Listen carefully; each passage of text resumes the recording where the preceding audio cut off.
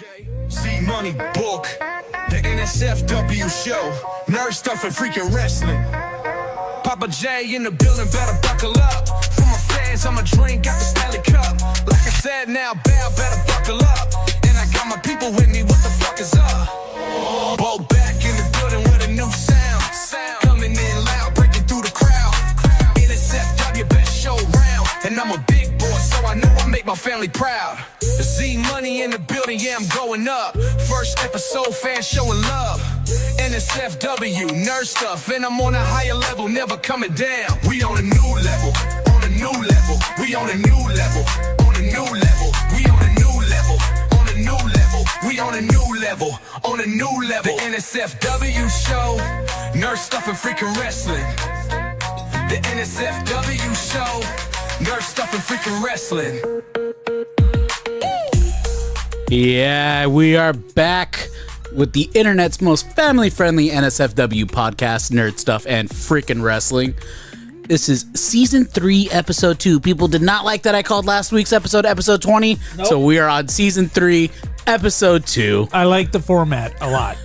Shoot me the link when you catch a break and you're talking. Yes, sir. That's me, Bulk Lesnar, your host with all the most.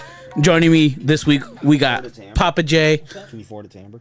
And the man in black, Alex Salyers, the most dangerous man in Arizona. Yeah, the most violent man in Arizona. Sorry I think if you're violent, you're pretty dangerous. Yeah. So we got a big show today. We got a show. It just so happens to be this isn't such a busy week in the nerd culture right now. I think probably the biggest piece of news to hit at any basically part of the news is that Bethesda has come out and said that they are doing a remaster of Fallout 3 and Fallout New Vegas, which are two of my all-time favorite games. And since they are getting their remastered, have officially removed them from my top 5 list of games needing remasters. They got you. So they wouldn't fuck me. They got you. But since we're talking about the remasters, we're going to go ahead and get that out the way. All right. Papa J, did you happen to think of what your number 4 remaster would be? Because last week your number 5 was Road Rash for the PlayStation. And as I mentioned before the show started, it's really hard to find one that needs a remake or a remaster because they've already happened. Yeah. I mean, Spyro, which I'm playing right now, I'm playing the remaster on Switch 2. I mean, it's perfect. However, it's now been remastered. Crash, already been remastered. Yeah. Resident Evil has all been remade up through 4. Mm-hmm. And they didn't remake 0, though. They didn't remake that one. Oh, no, they didn't. Hey, there's my pick right there, Resident Evil 0. Thank you. I'm a Resident Evil guy, man. Resident Evil 5 and 6, I hear they're getting remasters, but I don't think anybody's going to care about them. And then 7, they found new life in the genre, and those won't have remasters because they already came out, cutting edge. Yeah. Well, my reach is a bit further back. I mean, for me, it's a childhood system. N64 is a little known game called Jet Force Gemini. I have that game. Yeah, I remember scant about it, but that I played it for hours. Is that I just remember switching between a male character, a female character, a dog, and killing a bunch of ants. Ha! Nice. Probably sounds quick sound check. It might even be obscure because I don't know how popular this game was on the Nintendo 64. I just knew I played it a lot. I'd want them to remake Bomberman.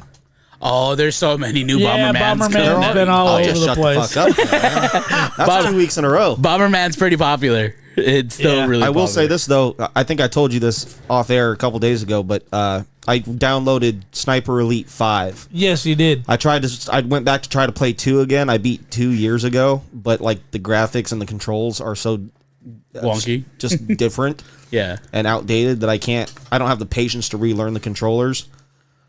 Versus how they've made them for part 4 and 5, but I downloaded part 5 and it is fantastic.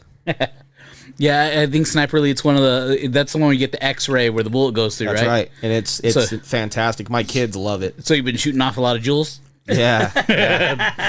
That's what you do in that game. Just blowing skulls apart, and my daughters will watch it in slow motion and they'll go, ew. I actually let my daughters try to play it. The twins.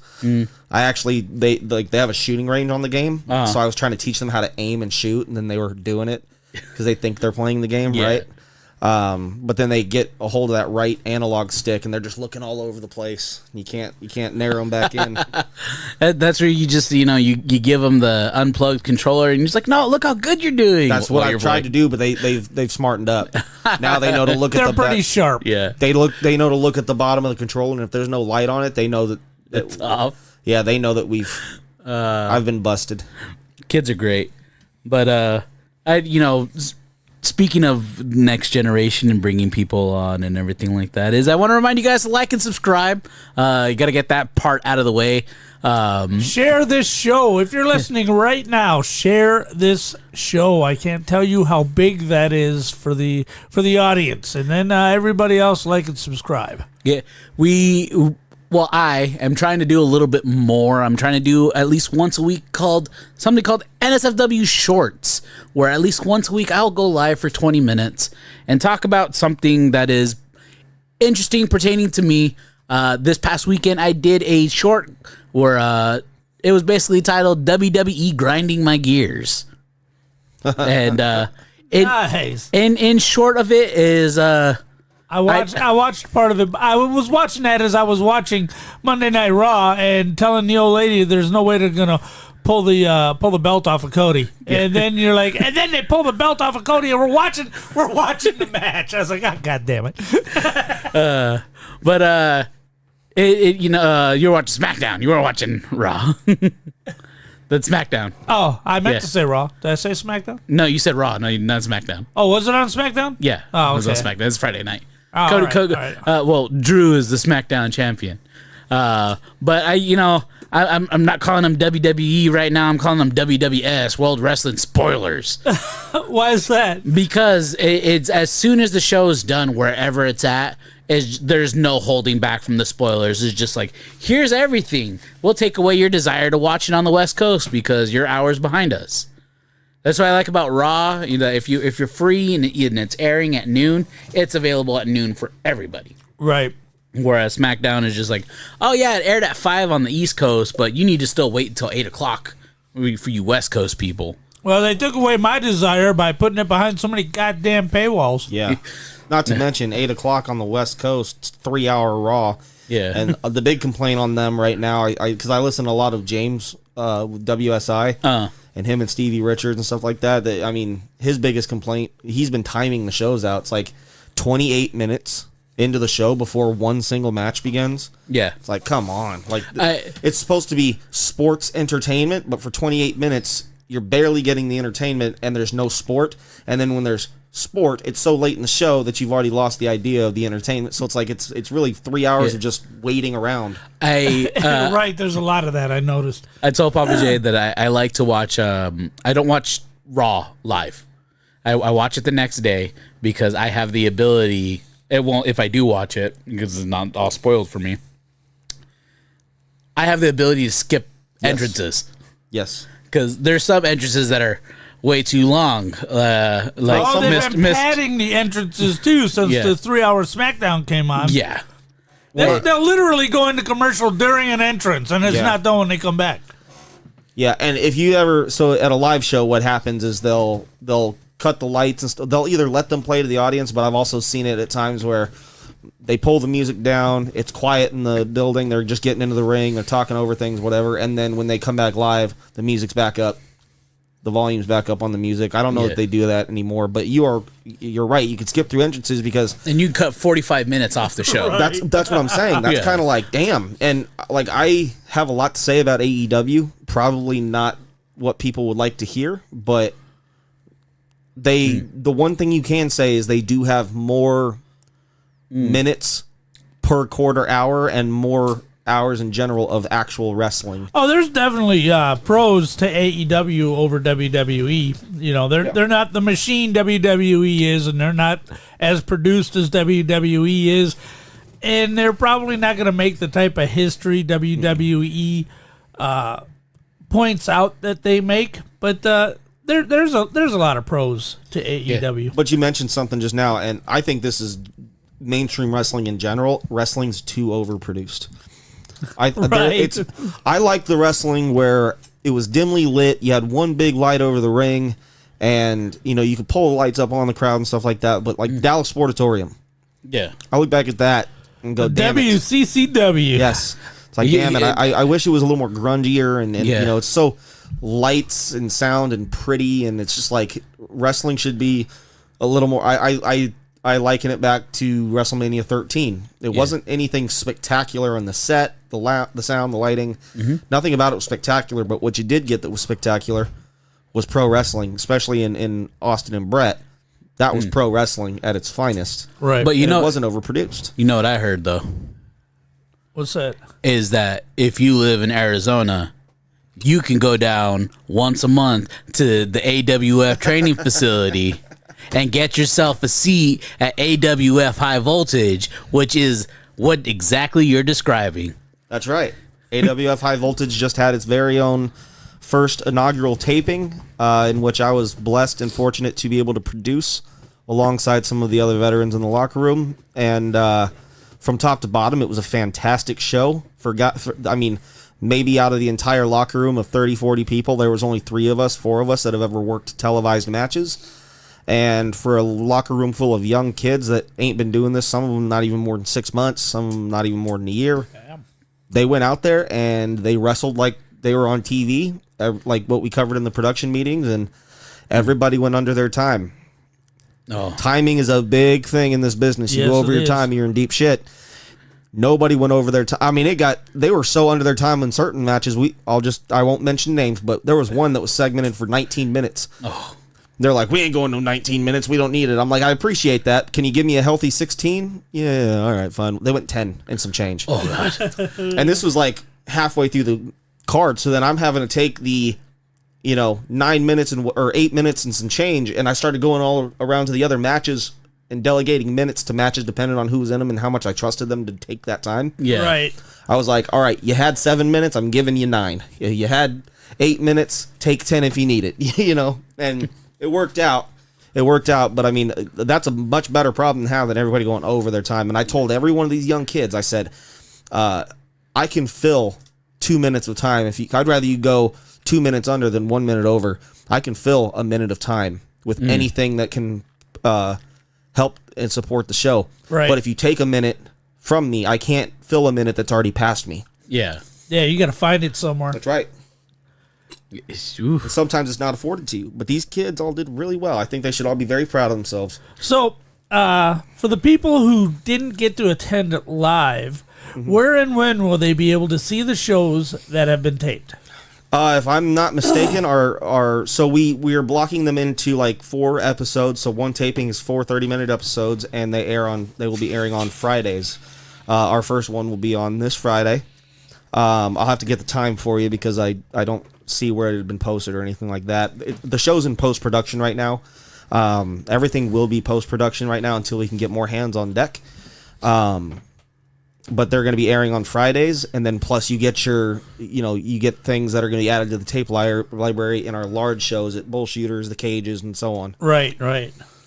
Oh man, I wish I could have made it to the first one. I was so bummed. I was asking my kids, "Do you guys want to go? Do you guys want to go? Do you want to go see the wrestling?" My son was kind of into it, but he's like, "Well, but my friend's gonna be on the game," and I was like, "This is poor planning on my part. I knew the date. I didn't get a sitter." You know who did make it though was Bob. Yeah, right. Bob and his wife made it, and they said it was a great show. And I didn't expect him to be out in the crowd, but when I walked out there to introduce myself to the audience and greet our live audience, I walked right past him. He reached his hand out and shook my hand. And I was delightfully surprised to see him. Yeah. Did you recognize him right off the bat, being he's outside the environment you're used to seeing him? I sure did. I'll see somebody from work and I'll be like, I know that guy. Well, I see him every goddamn day, just not out on town. Yeah. He looks like he has more life in him. Like he's not soul-suckingly depressed to be where he's at. He looks familiar. Who is this guy? You'll appreciate this, too. The way I opened the show, I lifted a promo from Steve Austin. Did you? I did. And the promo that it was, do you remember after WrestleMania 14 when he beat Shawn in Boston, he came out as the champion dressed in a suit?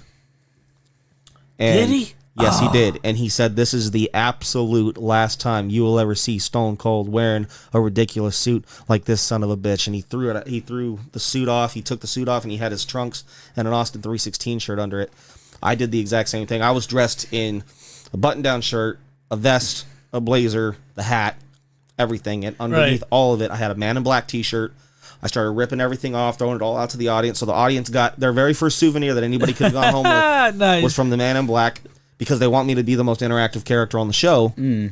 And so I gave them things to go home with that you'll never get to see at another show again. Right. Yeah. And it went great. And somebody, my timekeeper, Hannah, I hired her as a timekeeper for that night. All right. She handed me the vest.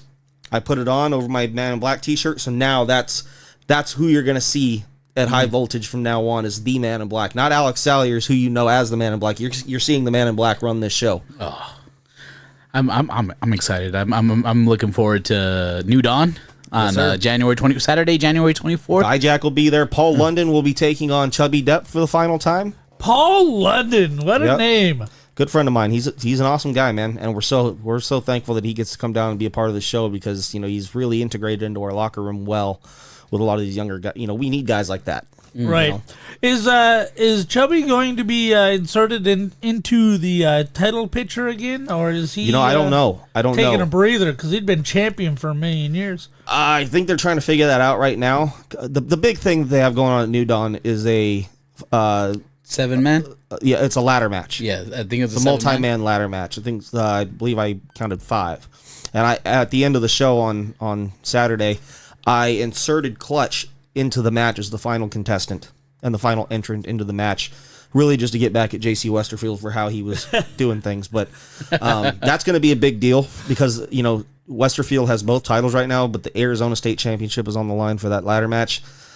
Chubby is one of those guys. He sells tickets, man. He doesn't need a title. No, he doesn't. If you get Chubby Depp in and of himself, you're getting a good show. Right. Yeah. Right. Chubby's one of those guys you put the title on because the title needs help. Exactly. Right. He's one of those guys who can elevate a title. The title doesn't need to elevate him. I agree 100%. And because he is so over and so popular, and to the people listening right now, some of these names may seem unfamiliar. We're not talking about Roman Reigns or Cody Rhodes, but God willing, through the coming weeks, we'll have these guys on the show, and who knows, maybe even show a match. Yeah, I would love that. I'm not. Now we're talking on the fly. I haven't cleared any of this horse shit. And I'm going to talk on the fly too. But we've all been in discussions about your possible involvement and things like that. Right. I would like to start getting, especially since the show hasn't been around as long as Big Lip Radio. I'd like to start having one of my roster members sit right here in this chair and explain what they're wrapped up in the show. I would love to have Alyssa on the show as like your inaugural wrestling guest on NSFW. She impressed me the most this past weekend. She is 28 years old. She was a gymnast. She's now a nurse, and she did her first pre-tape before the show. She was so nervous about it. She's like, what do I do for a pre-tape? I said, tell me the truth about who you are. Right. So I can invest in you emotionally. She did that, and then as I told you, I gave her a small token of a gift. Right. As like a congratulations on your first night in the wrestling business, and she got real emotional, and it made me happy because it's like nobody did that for me 17 years ago, and I did that for her, and it meant a lot to her, and she had, in my opinion, one of the matches of the night. If not the give match. me the name again, Alyssa. And is she just going by Alyssa? As far as I'm aware, yeah. All right, so it's Alyssa. It was her first match as she opens up the opening inaugural match for AEW's High Voltage. AEWF. She wasn't the opening. AWF. Yeah. She wasn't the opening match. It was actually Aussie G and Dagoosh. Oh, okay. But that was also a fantastic opener, and I had been helping Aussie G. We've been working with Aussie G a little bit, and it was said to me by our boss, and I never mentioned this to Ozzy until after the show was over because I didn't want to cabin pressure him. But my boss looked me directly in the face and said, "This is Ozzy's breakout match if he does this right," and he did. And I told Ozzy when he came back, I said, if that had not been the opening match, you'd have been in trouble. And the reason I say that is not because he didn't do anything well. He did everything extremely well, but because it was the very first impression made of professional wrestling to our live audience. Right. Had somebody else gone out there and done 900 other things before him, they wouldn't have cared. But because he was the one that's why opening a wrestling show is so important. And a lot of people shit all over it. Oh, I'm curtain jerking, I have to open the show. That's where you want to be if you're not the main event. Right. Yeah. Because you are setting the bar, the standard, the tone, the pace, and you are the first. Say somebody in that crowd has never been to a wrestling show before in their life. You are the very first wrestling match they have ever seen, and that's going to be dependent on how well of a job you did that either does or does not make them a fan. Right.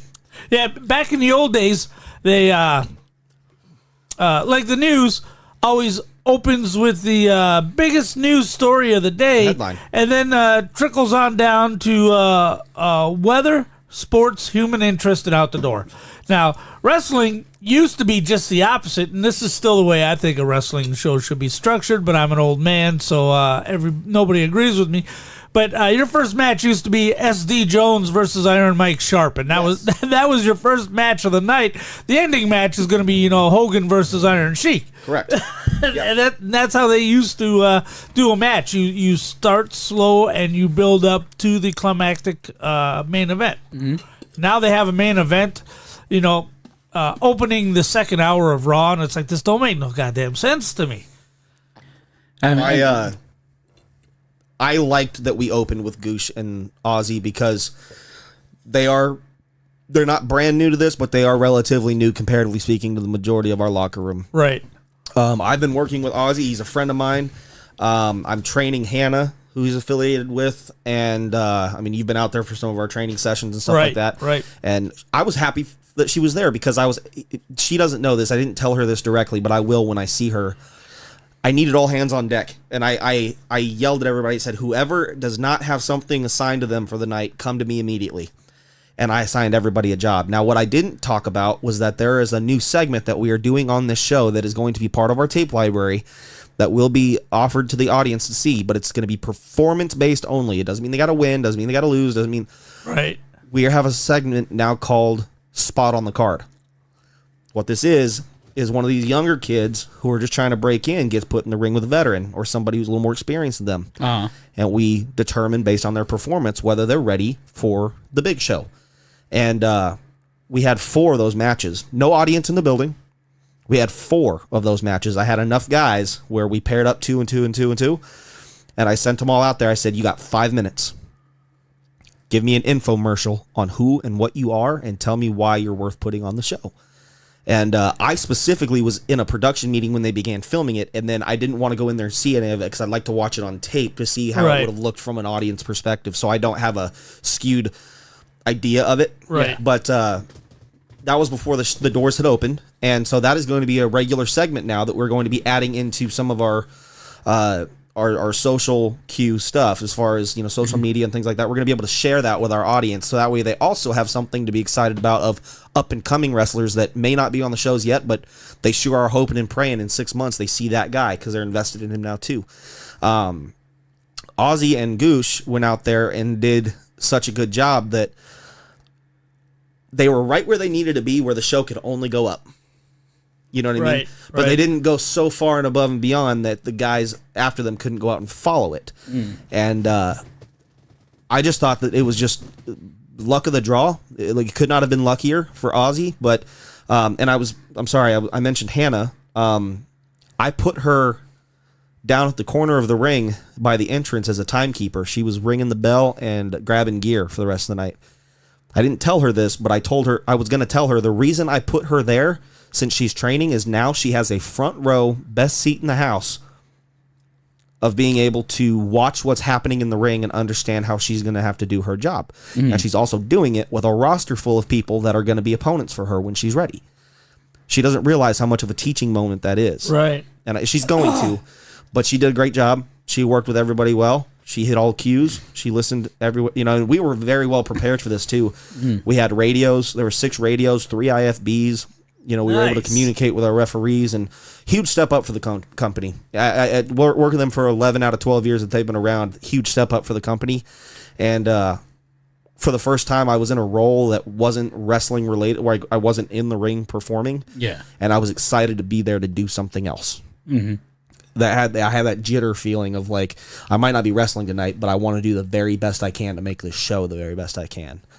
Right. Now, you're illiterate when it comes to social media, so this is these are some loaded questions you may not know the answers to. Illiterate's putting it nicely.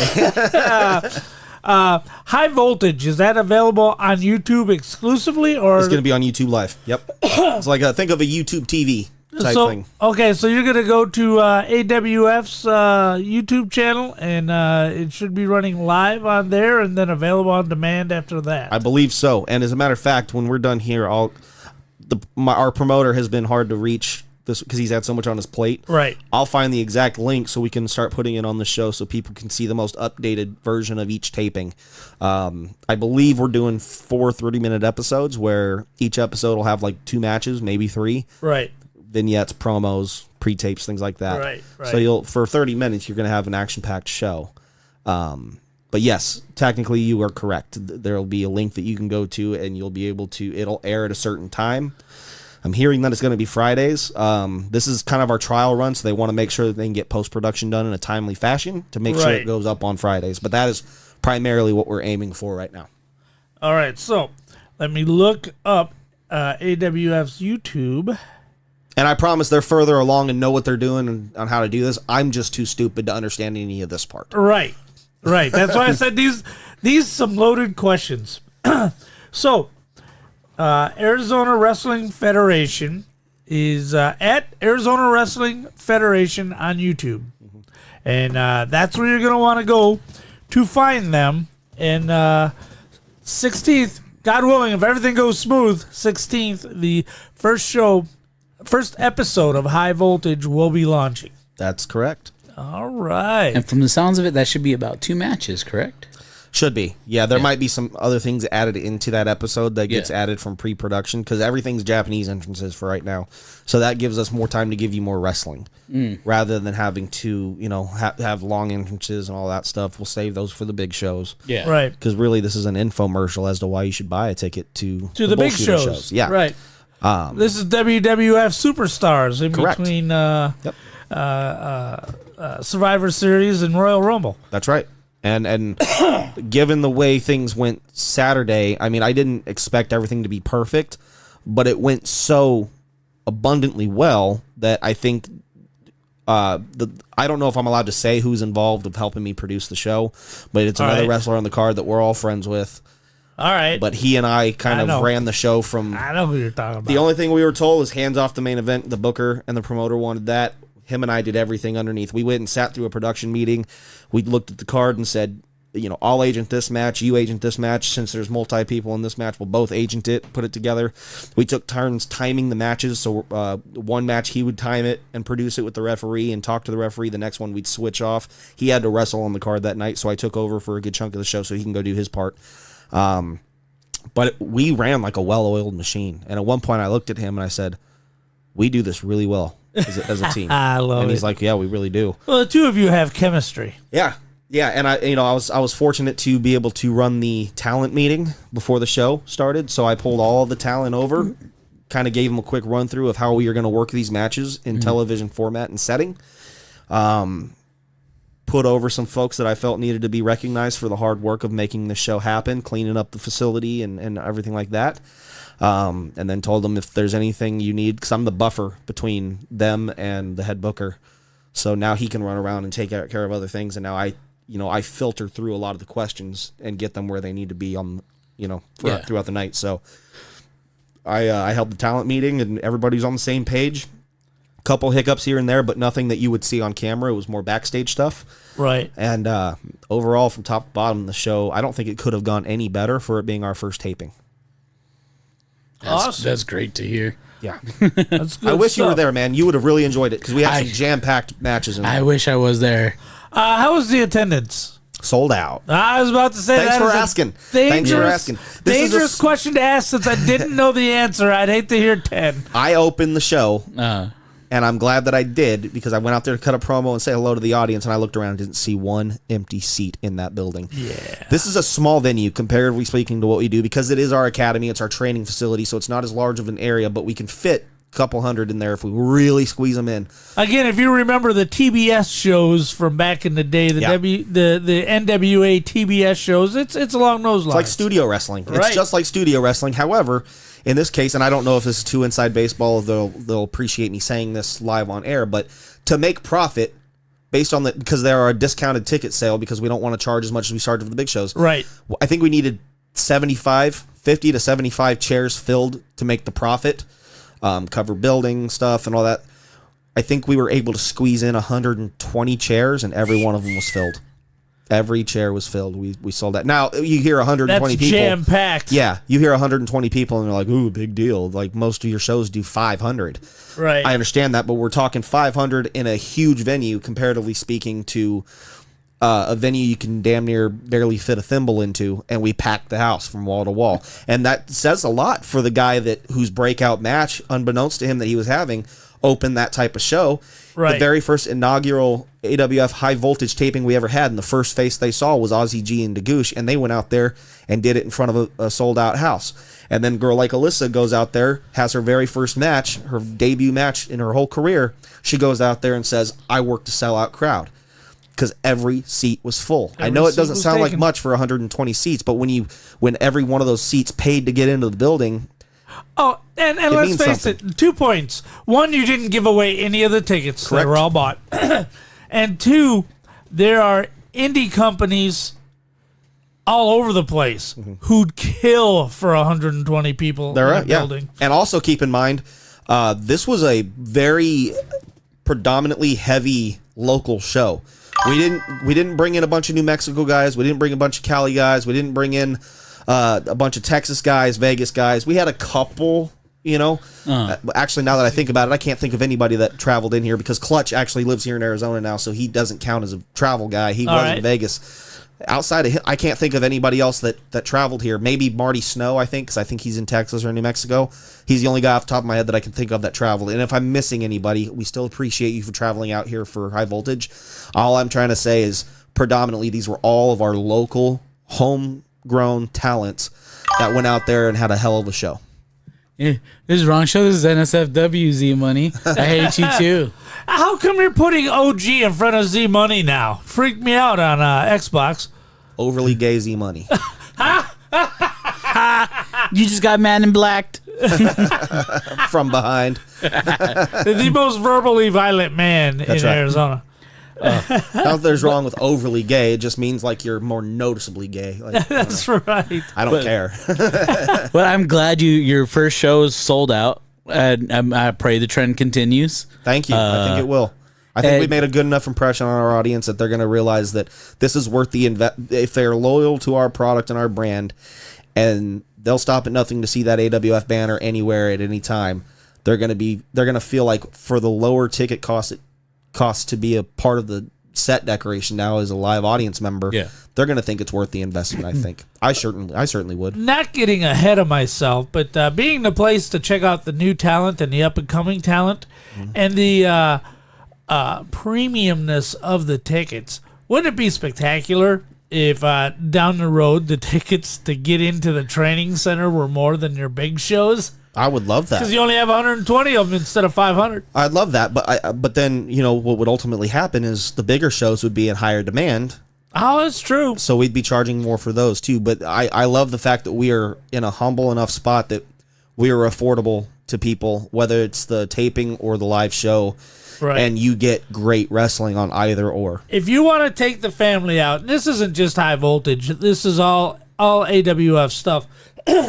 Take the family out for an affordable night of entertainment. I mean, you can't do better than any indie show, and AWF in particular. And because I appreciate that. It's the only affordable family function left. You can't go to a ball game. You can't go to a football game. You can't go to a WWF show. I don't know what AEW is doing. You may be able to squeeze in. Let's check. They're here today. They're hardly ever here. They're here today. They're hardly ever here, and then they're here today. Thanks. Oh yeah, so Thanks, I'll just shut the fuck up then. So, yeah, so yeah, you know, you're shelling out $120 a ticket to go to the big show, and you're sitting in the nosebleeds. Right. Nobody's having fun up there, and you're gonna walk away with all that overpriced merch. I'm glad you just said that too, because at the venue that we performed in on Saturday, our training academy, even the back row, I think they fit on the largest side of the building. They fit 4 rows of chairs. Right.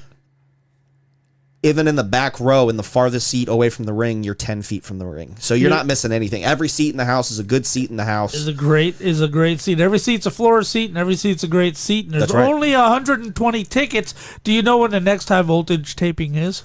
Yeah, I actually, it's going to be, not off the top of my head, but I have a whole schedule written down. What I'll do is I'll send it to you so you can maybe even do like the majority, because we have most of the majority of the year booked out for TV right. tapings. So I'll just give you the whole schedule so you can plug it on the show for anybody who Plug maybe it can't on the make show it the next one. and on my X, because there's only 120 tickets. Don't quote me on this. I want to say it might be February 11th or something. I had a lot of shit going on Saturday, Right. so I don't remember all the dates off the top of my head. But So you don't want to wait. When those tickets are available, you want to snag them up because FOMO quick. is real. Probably might be the 13th because on a Friday. You guys tape on a Friday, right?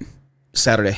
So You it guys might be tape on this? Oh, you know what? It's Valentine's Day, I think, is what it is. Because I remember that date sticking in my head. Yeah. I think it's Alright. Valentine's Day. Well, what a perfect thing to take your love to. And you know why I just now remembered that too? Is because I remember my promoter was like, "Yeah, that's going to be a problem for half of these guys. You know, they're gonna Valentine's Day is going to be a big deal." Welcome to the life of a wrestler. You're going to miss Exactly. baby births, weddings, funerals, I've done it. graduations. You're going to birthdays. You're going to miss it all. 'Cause And that was- you're a wrestler. I won't go too far into detail, but there were some issues and some problem children that we had on Saturday. I won't name who they are, but they had an issue with the fact that me and another individual were kind of helped running the show. And for me, it was just like, no.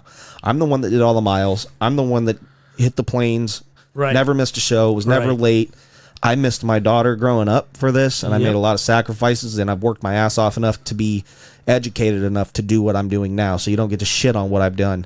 And that's something I've probably said a little sternly over the weekend, was because I said there's an expectation, because now my name, not just as an on-screen general manager role, because I am in that role, but I take the production side of it as a whole nother entity of opportunity and whole other section of obligations and duties.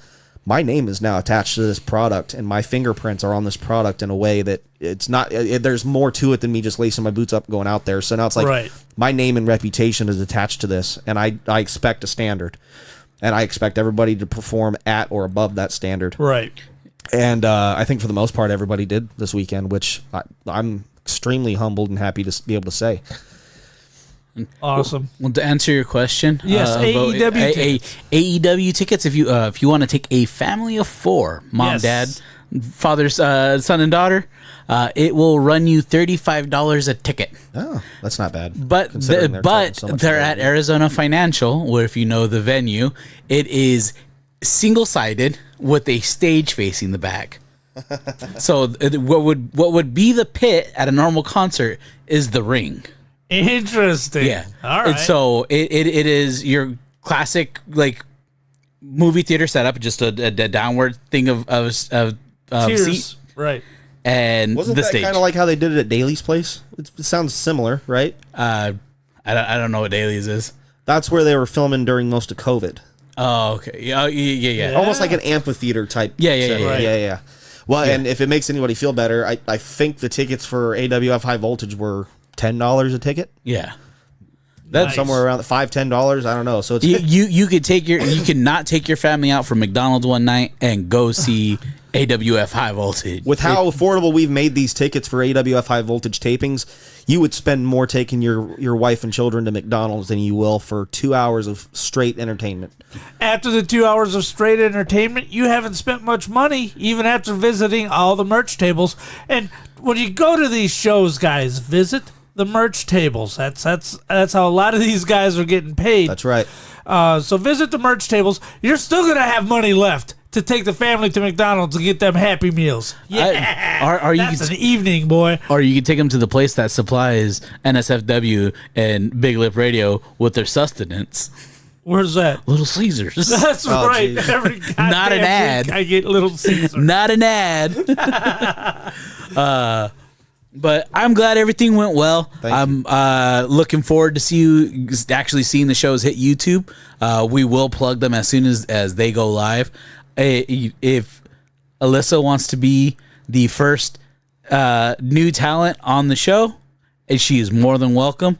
Just let me know what day works best for her. And the reason I thought about her was because I would just love to hear her explain to a brand new audience what it's like to walk into a building and knowing that you're going to do something for the first time in front of a live audience. There's plenty of people. I want Ozzy on here. I want Goosh on here. But Alyssa stands out to me because of how great of a job she did and how proud of her I was. I would like to see how she explains the feeling of going out there into a sold out crowd for the very first time in her life. I just think that would be a great thing to hear from somebody. But yes, I would like to get plenty of wrestlers on here and make that a regular thing. Well, it's Bulk show, so I hate speaking for Bulk, but bring them all. I will. Yeah. I'll go through the proper channels to get permission for some of these guys preliminarily to get them on the show. Bring them all, and all I got to say is just don't bring that rambunctious Canadian piece of shit, Rudy Rogers. Rudy Rogers is the best. That man shoved me into a wall.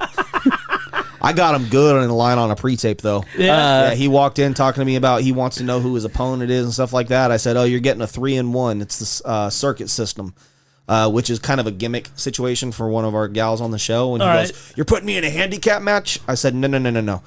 You were born as handicapped as you can be at 5'0". I can't do anything to handicap you anymore. Your opponent's standing behind you. All right, so Z Money asked how much are WWE tickets going for. So take a family of 4 to go see WWE, and they are playing in the Phoenix Arena, which is where the Phoenix Suns play. Right. For the nosebleeds. All right, crappy tickets. $68 a piece. Wow. Does it say what the front row or floor seats would be for that? Yeah. What does it go up to? PLEs are astronomical, even for nosebleeds now. So, from what I'm hearing, the mid tier is starting at $230. What is mid tier though? Is that above floor seats? That's right above floor seats. So like you're on that section that's just got that downgrade. Right. Okay. Yep. And floor seats are. Let me check this area. Oop. Sorry. No, can't wait to hear this. Their ticket prices have gotten out of control lately. $316 for floor. For floor.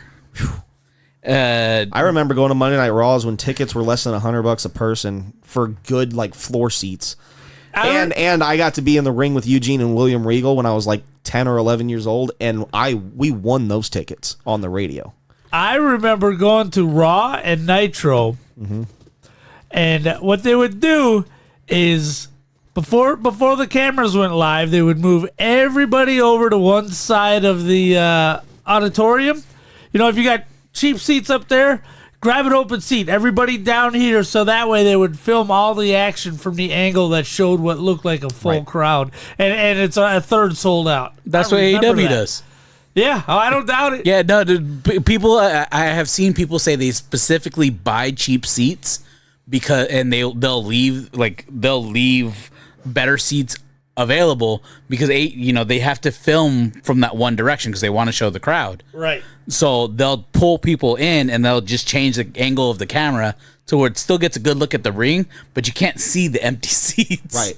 We did something actually very similar at our taping on Saturday. So because of the way the building is laid out and the size of the ring and stuff, it's an 18 by 18. If you got the ring here and the entrance ramp is here, hard cam's over here, what we did is we put our fans in a horseshoe shape around the ring. So it's this side, this side, this side. The ring is so close to the east side wall in our building that's going to be used as a utility wall. We might put a projector up there so people can see live promos and things like that. But I had that's stationed for cameramen to maneuver around the ring without getting in front of paying audience members in their way or their view. So when you really think about it, the way the building is utilized based on its size and shape, one quarter of the building there's no fans in, but we pack it in. We make up for it by putting an extra row here and here and here. So we still get all 120 seats, but we have a utility wall that we also have to try to make sure we don't put on camera now. It's all sold out, and that's what counts. That's right. Yeah. There was asses in seats. If Bulk was there, you'd have to spend $20 because he'd need 2 seats. There you go. Or at least let me save an end seat for me and just put a Bulk. Yeah. The seat reserved for Bulk. Right at the end. Yeah, right at the end, like so that way I can have my leg a little bit in the entrance, but not too far in there. One thing I also really loved is the fact that that big screen that you've seen us use with the projector for bull shooters. For bull shooters, yes. I was just showing you the video where we actually had that up underneath the rolling garage section, so the entire building could see it. That was for theme music, video packages, entrance video, our intro. So like, it's almost like having a Titantron in a small building, right? Which is going to come in. It's going to pay out dividends for us to be able to show audience members what has just happened backstage, what has just happened in a pre-tape, things like that. The continuity of the show is going to that problem is almost going to solve itself in a way, And I just I got those goosebump feelings when the show started, and I could hear the audience getting rumbly and anxious and tireless. Right. Like, I was filming the backside of the projector, watching the video go, and I was just like, here we go. This is because I felt like I was in a high pressure environment. I told my wife that's part of why I liked it. It was fast, it was stressful, it was overwhelming, and I loved it because I performed better in those scenarios. Right. And that's how I felt throughout the whole show. Is everything not life or death, but everything's high stakes, and because I think everybody treated it that way, it went as well as it did. Every movement mattered. That's right. That's right. So, I just want to touch on one final topic before we end the show, because we got about another 10 minutes. All right. About another 10, 12 minutes. So, Papa J, I don't know if you saw over the weekend, I left a message in the Discord that I finally seen a children's movie. And it was a children's movie called Elio. And the comment I left in the Discord was that I had just watched Elio, and it was surprisingly the best Disney movie I've seen in recent time. Talking about Disney children movie. Right. And then I noticed it was Disney Pixar, and then I realized why. Because if you leave Disney alone to make a children's movie, they make a political agenda. Right. Where Pixar makes a movie, they're just like, we're making movies for children. Yeah. Yeah. You can't leave Disney alone to themselves. No. Unsupervised. Right. No. They end up jerking off into their own mouth. If they're left into their own devices, then you're going to have nothing but a political statement. Yeah. It was I can't even remember the name of the movie. It came out just before Elio. It was another like space travel type movie where it's just like, oh yeah, the parents are lesbians and the uncle is gay and this person's it's just LGBT alphabet the movie. Right. They alphabet the movie. Yeah. What is Elio about? Elio is about a young boy whose parents pass away. I don't remember them saying exactly how they passed away. Right. And That's what Bambi's about. Yeah, that's true. And he is taken in by his aunt. But his aunt works for the military. She works at one of the satellite observation bases. Right. And, Elliot just feels like he doesn't fit in because, he doesn't have his parents or anything. And then he ends up discovering, like, he walks through a museum and he ends up learning about the Voyager, the Golden Disc, about aliens and everything. And so he believes, well, nobody wants me here on Earth. Maybe the aliens will want me. Oh, man, that's harsh. Yeah. And poor guy. And so, he just comes obsessed with outer space. And the movie is like he actually gets contacted and abducted by aliens, lies that he's the leader of Earth. And they end up trying to send him to go negotiate with a warlord. Right. And then everything just starts to go downhill from him at that point. To be fair, he didn't have to go to space to be with the aliens. All he had to do was head to the Mexican border. Right. He just moved to Arizona.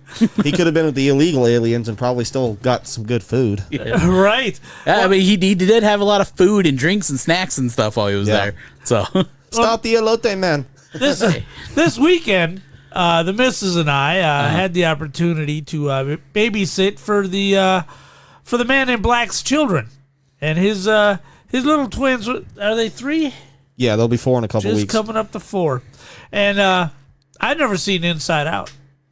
And I still haven't, by the way. another Disney Pixar. It's worth it. It was a good movie. There's a second one. They put that on. Yeah. They made a second one. They put that on, and so we sat down and watched that one. I only had 2 naps. It was a good movie. Oh, that's nice. They were so excited for you to come over because Nevaeh, like I've told him several times, he's got that grandpa thing to him that kids just love. Uncle Dad.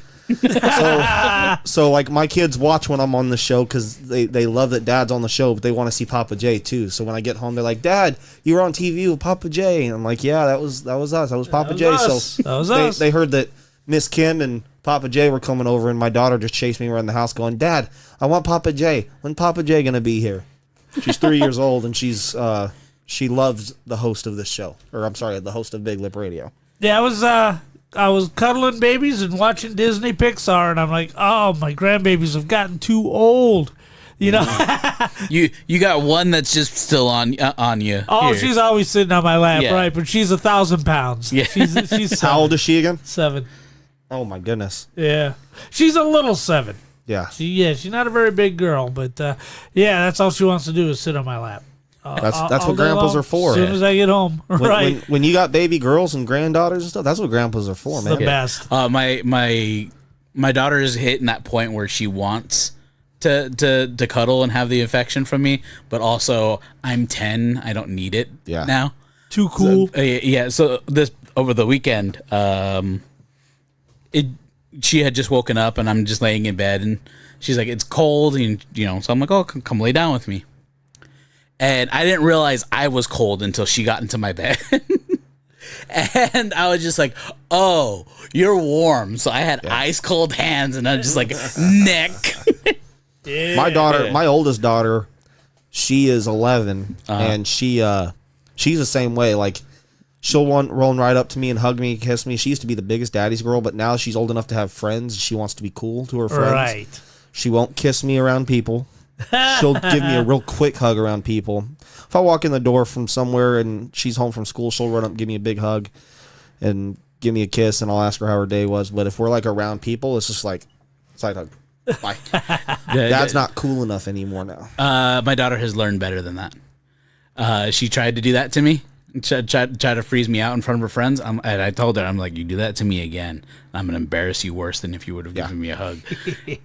and so she tried to do that, and after school she gave me like the quick side hug and tried to run across the street. And the crossing guard was there, and so I just yelled after her. I'm like, Jade, don't run from me. I just love you. And this is school release, so she's like, oh my God, Dad. Yeah.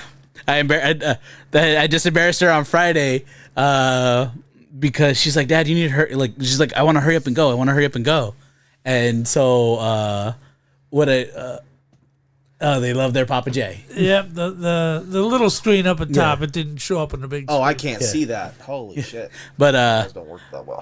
but she's like, you need to hurry up. And obviously I don't like being rushed to do anything. So I decided I'll go to my phone. She's like, what are you looking for your phone? So I picked up Obafemi's theme and just started doing his walk all the way to the car. As the people are passing, she's like, oh no. When that's their reaction, is trying to hide their own face, you did it right. Yeah. My son my old car, the red car, had a bunch of the anime stickers on it. And when I got this new car, I just haven't put any on. I have them still. I haven't put any on. And my son's like, thank you. And I'm like, what? He's like, you don't have those dang stickers on your car anymore. It's so embarrassing. You know how much I have to hear about the weird dad that's got all the girl stickers on his car? And I'm like, I don't care what you say. When you were little, you used to tell me that you would get older and be successful and buy me a Lamborghini so I could put hentai stickers all over it. Yeah. Well, because that's it's a line from a song he used to like, where the song's actually called "Hentai Lamborghini." Oh my god, what was he listening to? I was listening to nerd That's rap. crazy. Nerd rap. He didn't know what hentai was. The guy Right. was saying, "I'm gonna put hentai stickers on my Lamborghini." Did you just say nerd rap? Yes, That's a genre? yes, I guess. First I'm hearing of it. yeah. It's like it's rapping centered around video games, anime, TV shows. Gotcha. Okay. Yeah. Is that who did the theme for this show? No, that was AI. That was AI. Go ahead and That's AI. you get canceled for that now for using AI. Yeah. I don't have the funds to commission my favorite artist yet. I'll just write a verse and I'll come in here and rap it for you guys. Yeah. It's There's the Bob. man. It's Bob. Right as we're wrapping up for the day. Wrap it up. All right. For this show. But I do want to remind everybody that to like, subscribe, go down in the description, and you'll see a link for the Big Lip Radio Discord. Join which that. NSFW is a part of Big Lip Radio family, but this is the internet's most family-friendly NSFW podcast, nerd stuff and freaking wrestling. Thank you, Alex, the man in black, for joining us. Hopefully to have you back on more. Hopefully to have more talent on. Except for that Canadian son of a bitch, Rudy Rogers. You guys have a great night. Peace. See ya.